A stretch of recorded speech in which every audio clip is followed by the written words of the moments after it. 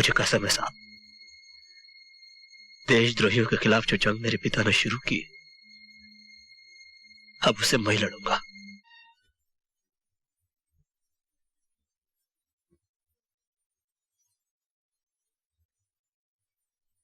आइए डॉक्टर साहब। वैसे तो तुम्हारी माँ की हालत ठीक लगती है, लेकिन ख्याल रहे वो दिल की मरीज है। पहले दिल के 2 दौरे तो वो बर्दाश्त कर गई, लेकिन तीसरा दौरा जानलेवा भी हो सकता है। इसलिए कोई भी दुख, कोई भी सदमा उनके करीब नहीं आना चाहिए।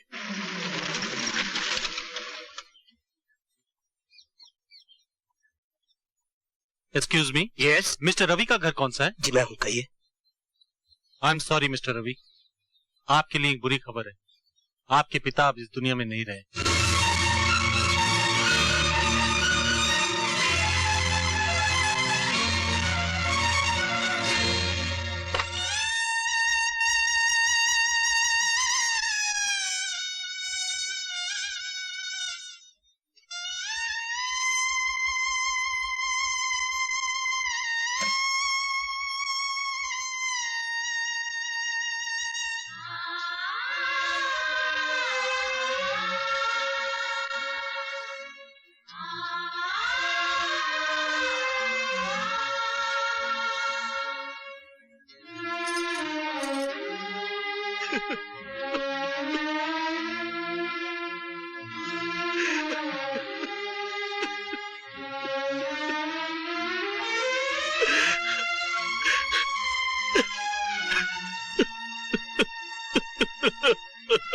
अरे शीला, मनोहर, क्या हुआ? ये शोर कैसा? अरे चुप क्यों हो गए? क्या हुआ? कुछ तो बताओ। वो दिल की मरीज है। पहले दिल के 2 दौरे तो वो बर्दाश्त कर गई, लेकिन तीसरा दौरा जानलेवा भी हो सकता है।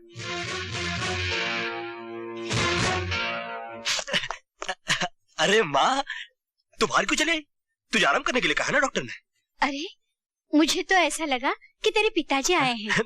नहीं माँ, पिताजी तो हमसे बहुत दूर हैं। वो भला कैसे आ सकते हैं? वो क्या है कि तू दिन भर उनके बारे में सोचती रहती है ना, इसलिए तुझे ऐसा लगा। तुझे आराम करने के लिए कहा ना। हाँ? आराम कर। चल।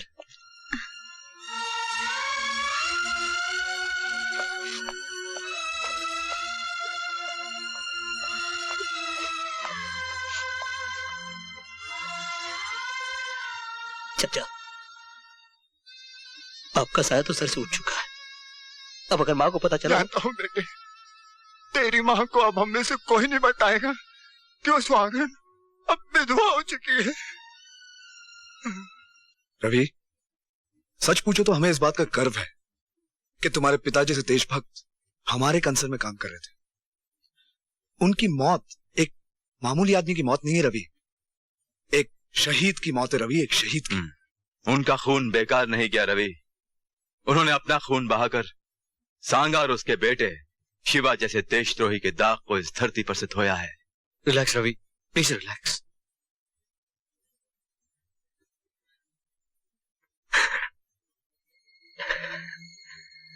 मुझे कसम है साहब, देशद्रोहियों के खिलाफ जो जंग मेरे पिता ने शुरू की, अब उसे मैं लड़ूंगा। ये क्या कह रहे हो लाला जी? तुम्हारा पैसा तो हमेशा तुम्हें बिना बोले दिया गया है। आज थोड़ी सी देर हो गई तो तकाजा करने चले आए। रवि की माँ, तकाजा तो करना ही पड़ता है। तेरा बेटा तो कमाने से रहा और तुम्हारा पति। मेरे पिता के बारे में बकवास की ना तो जान से मार डालूंगा तुझे। तेरा पैसा तुझे मिल जाएगा। चल जा ऐसे, चल जा, चल जा ना।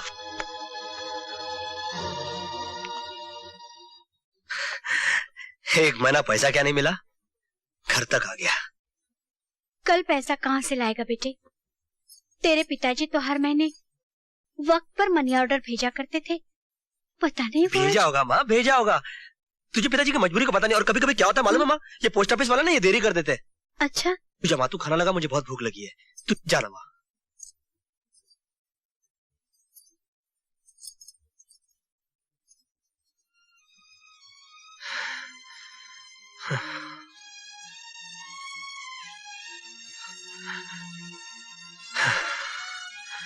चाची, कौन है? अरे जल्दी आओ, देखो चाचा का मनी ऑर्डर आया है।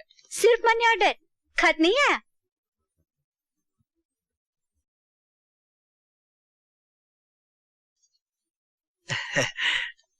माँ, माँ, ये क्या है माँ? लगता है पिताजी का मनी ऑर्डर आया है। हाँ बेटे, मनी ऑर्डर तो हर महीने आता है, लेकिन लगता है तेरे पिताजी हमसे नाराज हैं। पहले तो खत आते थे, अब तो खत डालना भी भूल जाते हैं। वो खत ना माँ, अरे खत तो आया है। आया है? हाँ। अरे तो जल्दी से पढ़ के सुना, क्या लिखा है? हाँ, मैं पढ़ के सुनाता हूँ। प्यारे बेटे रवि, बहुत बहुत प्यार है। प्यार पिताजी, आपको भी बहुत बहुत प्यार। बेटे इस खत के साथ मनी ऑर्डर भेज रहा हूँ। बहुत दिनों का खत नहीं लिख सका क्योंकि मेरी बदली हो गई है। मालिक ने मुझे अपने पास बुला लिया। बेटे तुम लोगों की याद तो बहुत आती है, मगर क्या करूं, मजबूर हूं। यहां से खत लिखना बहुत मुश्किल है। अपनी मां का ख्याल रखना, क्योंकि मेरे बाद बस तू ही उसका एक सहारा है। उसे हर हाल में खुश रखना। हाँ पिताजी, मैं अपनी मां को हर हाल में खुश रखूं। क्या बात है बेटे, तेरा गला क्यों भरा है? वो कुछ नहीं मां, जब भी पिताजी की याद आती है आंख भर आती है। पगली, अरे तू हमेशा हंसता रहे, तेरी आंखों से आंसू की एक बूंद भी न निकले, इसीलिए तो हमसे इतनी दूर रहकर इतनी मेहनत करते हैं। अगली बार वो जब आएंगे ना, तब मैं उनसे कहूंगी कि वो कहीं नहीं जाए। अरे जिनका इतना अच्छा बेटा हो, वो इतनी मेहनत मजदूरी क्यों करे भला, है ना? तू हंस दे, अरे तेरी हंसी में ही तो उनकी हंसी छिपी है बेटे, हंस दे ना। हंस दे।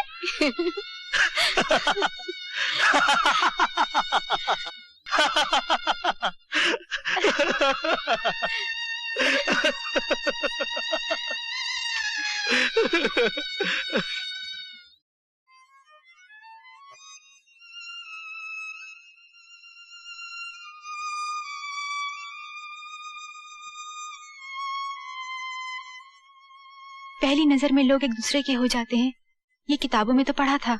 और अब जिंदगी में भी देख लिया है ना। सोचती हूँ बॉम्बे वापस जाऊंगी तो मेरी बात पे यकीन कौन करेगा। कॉलेज टूर पर निकली थी और जिंदगी के सफर में किसी के साथ हो ली। हम जब धूमधाम से बैंड बाजे के साथ आपके शहर बंबई आएंगे, तब तो पूरी दुनिया यकीन करेगी ना। अगर शादी के दिन भी तुम्हारा यही हुलिया रहा, तो घोड़े पर चढ़ के तुम दुल्हा नहीं लगोगे, लगेगा कोई राजपूत घोड़े पर बैठ के लड़ाई करने जा रहा है। जब मेरे डैडी से मिलने आओ तो इस हुलिये में मत आना। मतलब हमारे ससुर साहब हमको हुलिये से पसंद करेंगे। अच्छा आप ही बताइए, हमारा हुलिया होना कैसा चाहिए? ये जो तुम्हारी दाढ़ी है ना, ये नहीं चलेगी। ठीक है। और ये जो तुम्हारे कपड़े हैं ना, ये भी नहीं चलेंगे। ये भी ठीक है। और बस बस बस बस, अब ये मत कह देना कि मेरी आंखों का रंग भी तुम्हारी आंखों जैसा होना चाहिए।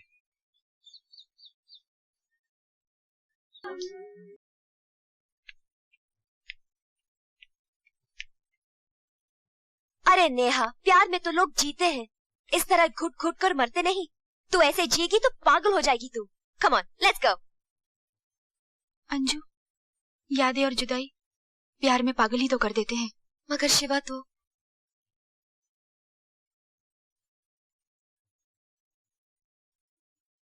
नहीं अंजू, इनकी सांसें तो मेरी हो चुकी है। जब मेरी सांसें अभी तक चल रही हैं, तो इनकी धड़कनें कैसे बंद हो सकती हैं? नहीं, नहीं, ये सच है बेटा। जब हमने तुम्हें उन जालिमों से बचाया था, उस वक्त तुम में सिर्फ 2-4 सांस ही बाकी थे। तुम्हारी बहन मर चुकी थी, हमने उसका संस्कार भी कर दिया था। ये रही उसकी अस्थियां।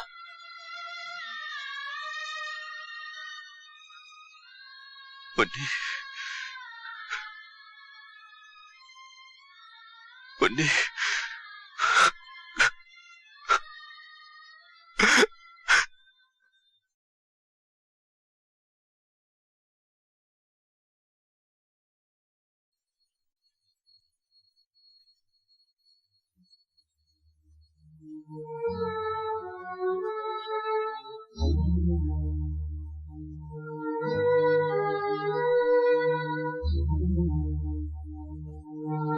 माँ,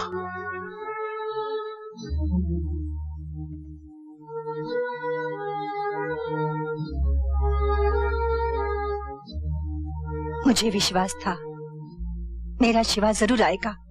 लेकिन माँ, पिताजी और मुन्नी। नहीं बेटा नहीं, मैं तेरी आंखों में आंसू नहीं, चिंगारी देखना चाहती हूँ, आग देखना चाहती हूँ।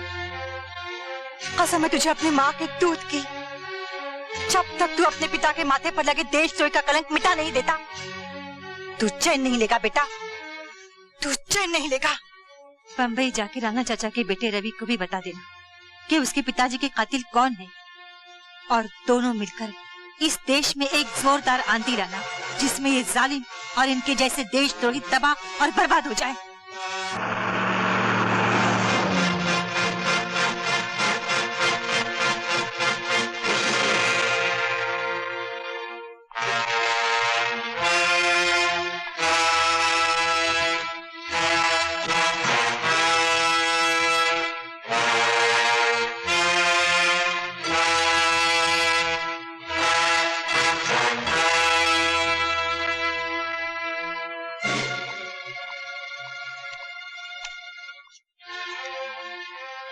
सुनिए भाई साहब, रवि माथुर कहाँ रहते हैं? रहते तो यही है, लेकिन इस वक्त जैकब के अड्डे पे मिलेंगे।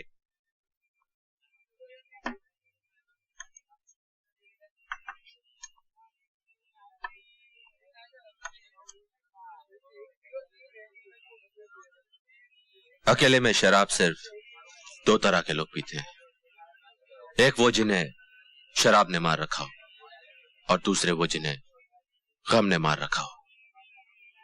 शराब के मारे हुए तो तुम लगते नहीं हो, और गम को बांटा भी जा सकता है। टोनी नाम है मेरा दोस्त।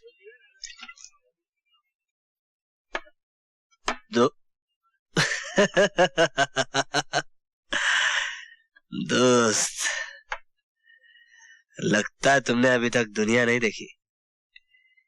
एक राय देता हूं, जिंदगी में जितने चाहे दुश्मन बना लेना, मगर कभी किसी को अपना दोस्त नहीं बनाना, क्योंकि दोस्त एक ऐसा नाग है जिस लहू को पीकर जीता है, एक दिन अपना सारा जहर उसी लहू में भर देता है।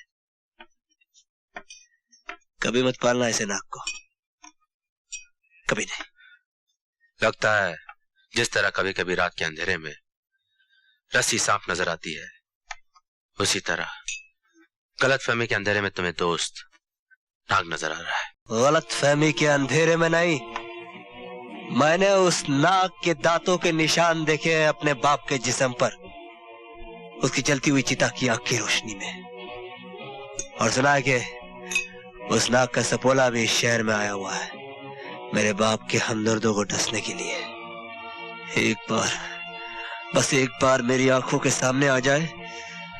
हाँ, सामने तो वो जरूर आएगा। दुश्मन होगा तो दुश्मनी जताने, और अगर दोस्त होगा तो दोस्ती साबित करने। हाँ, एक बार उसके बाप ने अच्छी दोस्ती साबित की थी। दोस्त किसे कहते हैं मालूम है?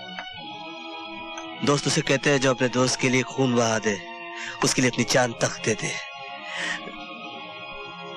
खैर छोड़ो यार ये दोस्त और दोस्ती के चक्कर को। मैं खाने में आया हूँ, शराब पियो।